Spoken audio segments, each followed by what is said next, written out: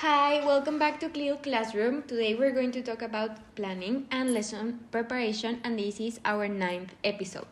So for planning and lesson preparation, we need to take into account the CLIL matrix. So this means that the lesson plan needs to be based on a gradual progress of the students.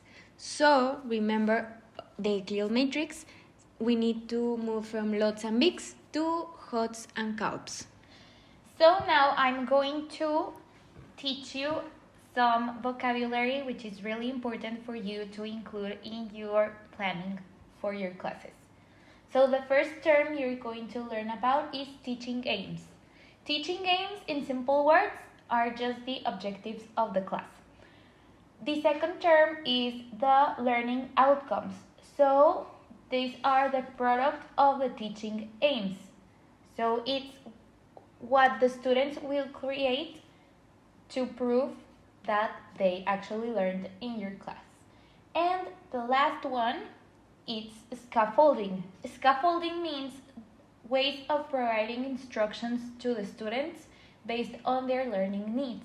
So it entails cognitively supporting learners as they progress towards a goal.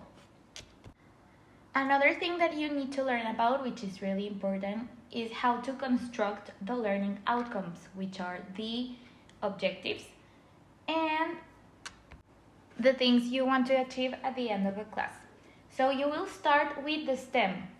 The STEM is something like, by the end of this lesson, students will be able to. So it's just a part of the sentence to introduce. Then you follow it by the action verb, which is like describe, judge, something like that. Then it's learning, which is what will the students learn, and finally some context. Yes, so there are also generic learning outcomes, and this is the knowledge and understanding of a class, and the knowledge and understanding provide information for the students to use in the class. The generic learning outcomes also include skills and how to develop those skills, the behavior and the progression of the students.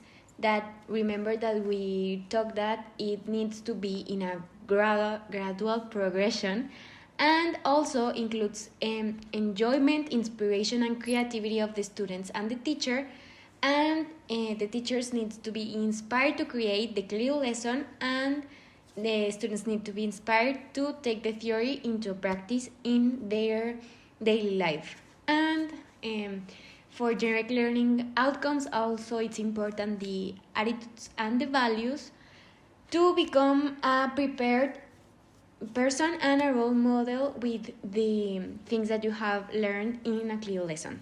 So now I'm going to tell you about the steps for planning a clear lesson. These steps are 4 steps and they are very easy. The first one obviously is the topic selection. Then number 2 is the choice of media. The choice of media is like are the study skills, input and scaffolding, so the things that you will use in the class to make learning happen.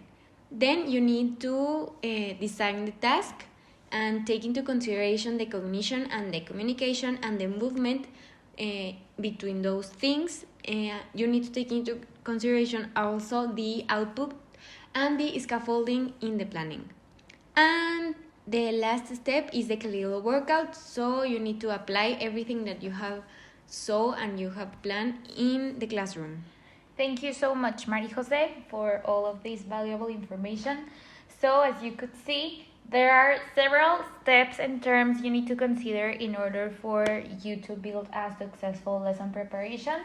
But it's really easy, and as you keep on practicing, you will keep getting better at it. So we have reached the end of this episode, and we will see you on the next one. Thank you so much.